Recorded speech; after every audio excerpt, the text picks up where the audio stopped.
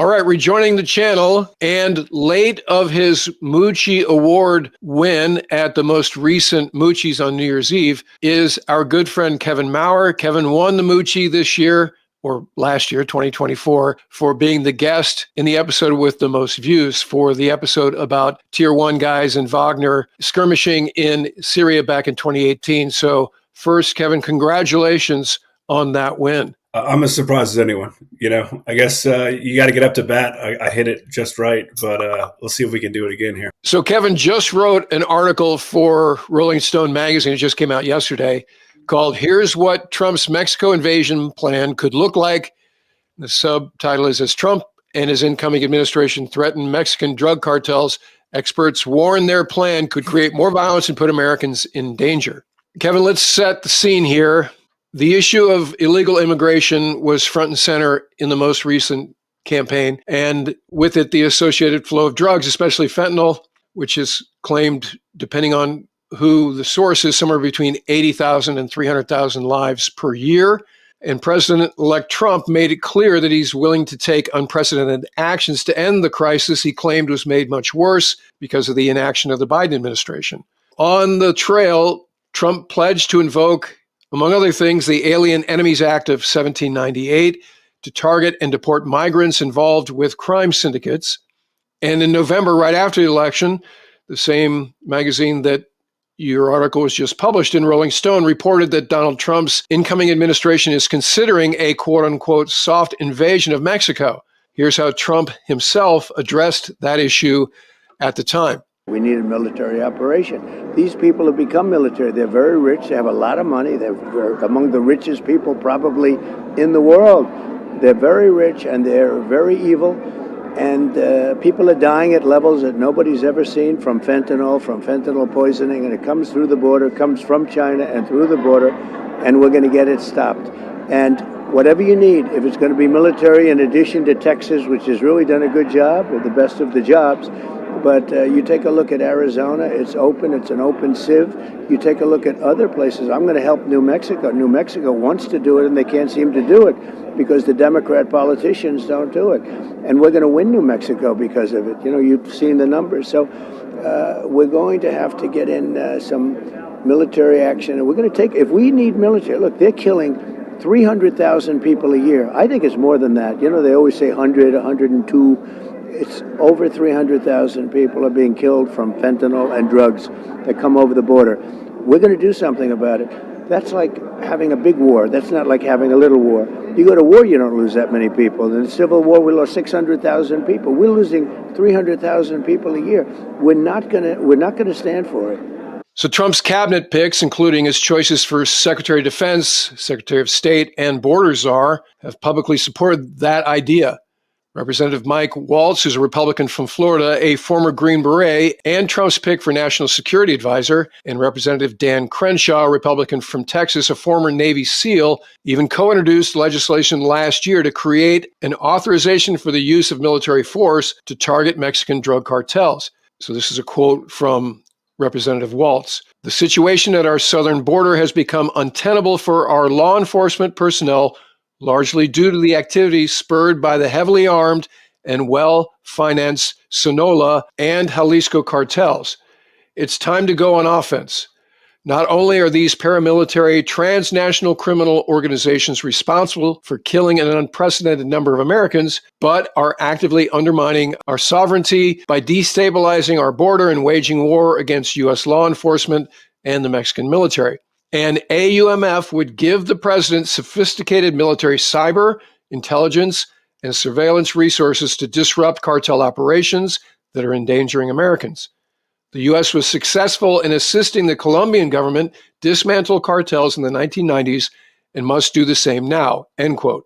And then Representative Crenshaw said the following: "The cartels are at war with us, poisoning almost 80,000 Americans with fentanyl every year." So the number is jumping around, as I said, somewhere between 80,000, according to Crenshaw, and 300,000, according to President-elect Trump. In any case, the quote continues, "creating a crisis at our border and turning Mexico into a failed narco state. It's time we directly target them. My legislation will put us on a war footing against the cartels by authorizing the use of military force against them. We cannot continue to allow heavily armed and deadly cartels to destabilize Mexico and import people and drugs into the United States. We must start treating them like ISIS because that is who they are, end quote. And finally, Lindsey Graham wants the U.S. to classify the Mexican drug cartels as terrorist organizations, which would authorize the president to employ military force against them. So, Kevin, your new article at Rolling Stone deals with how all of this might go down. So tell us about some of your findings. What I tried to do is talk to the guys who would be asked to do a mission like this and what did they think of it and how would they execute it. And honestly, they all kind of went back to their roots. This is not that dissimilar from what they were doing in Iraq in the early 2000s when they dismantled Al-Qaeda in Iraq. It's not much different than what they were executing in Afghanistan and duplicated in Syria. The issue would be that it's just across our border. So without identifying these guys, just so we're specific about who it was you talked to, these were special operations guys, tier 1 guys. Yeah, they were a mix of tier 1 guys, special forces soldiers from the Army, as well as some MARSOC Marines and some CIA OGA guys. And all had multiple deployments to both Iraq and Afghanistan. So these guys were pretty seasoned senior guys who had not only executed at the lowest level, but also had led and plan these kind of operations. The way that it was described to me is imagine, the beginning of Black Hawk Down, imagine like the middle scenes of Clear and Present Danger, Rangers, tier 1 Delta guys going over the border on little birds, Black Hawks, chasing down convoys, doing highway interdiction, figuring out where the network is. And honestly, the DEA and the FBI and these guys have a lot of intel. They've got a lot of target packages. This thing would ramp up in a vacuum. If they were able to unilaterally go across the border and execute this thing would ramp up very quickly because the target packages exist because of law enforcement. But they would likely just pinpoint the leadership and do much like they've done in Syria and Iraq and Afghanistan. They would do vehicle interdiction. They would track the cell phones. They would use predators and reapers to do precision strikes if they couldn't get there. And they would slowly but surely dismantle the org chart until they got to the bottom with the lowest level Sicarios. And that's something they can do, and they can do it very well. I think Evan Hafer was on Rogan and was talking about this a little bit. And his thought was like, he'd be terrified if Delta was chasing him. If Delta Force was hunting me, bro, I would be so terrified. Is that a real thing that they've proposed doing? Yes, that is a real thing. Who proposed that? I'm almost positive either JD or Trump had said something with the new guy from ICE, like we're going to mobilize tier 1 units against the cartel. The only thing I thought was like, retire. If you guys got some money, man, I would like put that away, like maybe move Jamaica. Open I don't up a know, restaurant. go somewhere. Yeah, buy a restaurant. Like Buy try a to restaurant. go legit because Go legit. dude, if those guys are hunting you, Yeah. by the way, like you're done. You're fucking done. There's one more operational piece of this too. So you've got the really kinetic direct action that you would get the tier 1 guys to do. The flip side of this, and some of the Green Berets I talked about, Project Colombia or Plan Colombia. I'm sorry, it's Plan Colombia, and that was the $1 billion plan to take apart the FARC and work on the cartels down in Colombia. That was the Colombian government inviting American Green Berets to come down. 7 special forces going down there, and it took a decade. And so, there is some precedent that, special operations forces, particularly Army special forces, can work by, with, and through partner units. They have worked with the Mexican, security forces. It's not outside the realm that could also be a big part of it. And we, with Mike Walls and, going down there as national security advisor, if he's confirmed, and then you've got the ambassador that Trump has appointed to Mexico is also a special forces veteran. These guys know that kind of plan. They know that playbook. And that to me would appear to be a more effective way of taking this on than going down there and trying to shoot your way to victory. You've just hinted at the unintended consequences of these sorts of operations. And you mentioned Syria because we've seen some of that in Syria, Yemen, anywhere we try to do these targeted tactical tier 1 ops, snatch and grabs, or takedowns of terrorist training camps, so forth and so on. The pieces always scatter in a way that you cannot foresee necessarily. So What did your sources say about their concerns around that element? To a man, they all said that basically, while the playbook worked in Iraq, it didn't work. And that at the end of the day, you can't, like I said, shoot your way to victory. You can't kill enough cartel members to get them to stop being cartel members. And so the way this has to work is really through a hybrid warfare. It would have to be financial, it would have to be economic, it would have to be building a system that could fight and disenfranchise the cartel. All Source News, he does the best work on the cartels and on what's going on down in the south of the border. And he made a great point in the story about how we get wrapped up in the fentanyl, but cartels are, a business. There's cartels that own avocado farms. There's cartels that own, I think, some of the citrus down there. And so the idea that somehow we can target them and remove them without thinking of a very kind of a composite, multi-hybrid way of doing it is sort of short-sighted. So what do you think is the bottom line here? Let me ask you to handicap, will some military action take place? And if it does, then what? I talked to some folks who were adjacent or familiar with what the administration is trying to do or is considering that's on the table. They're pretty sure there'll be some sort of action. I think you'll see some action. I think it will be in partnership with the Mexican government. I think this idea that, they're going to open the door and let us unilaterally go around there like cowboys and do what we want to do, I don't think is true. Well, it's sort of an Abbottabad thing, right? Where the government of Pakistan had no idea. We gave them plausible deniability, I think, was a big part of that. Do we know what the Mexican government's take has been on all of this rhetoric? They've dismissed it as a movie idea, which is actually kind of funny because, like we said, Clear and Present Danger is the movie version. They literally made a video game, but swapped Bolivia in for Mexico, where you are a special tier 1 unit going down to dismantle a cartel. I think the pathway forward, and I think, knowing the folks that know Mike Walls and some of the other SF guys, I think the pathway forward will be more of a Plan Colombia, more of a hybrid by, with, and through JSET kind of mission where they go down there and supplement. The other thing, though, that All Source News points out in the story, though, is that the Mexican government's capable of doing this.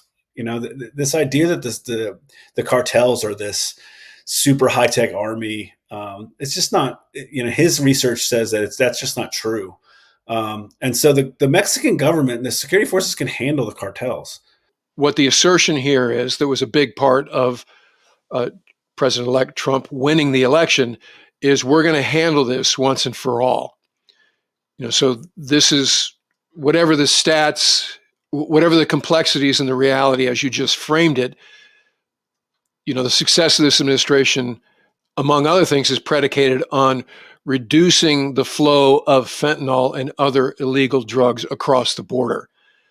So if that means, as you say, the Mexicans have the ability to do it themselves, as an American, I'm like, well, then how come we still have this major fentanyl, crisis going on that's killing hundreds of thousands of Americans every year?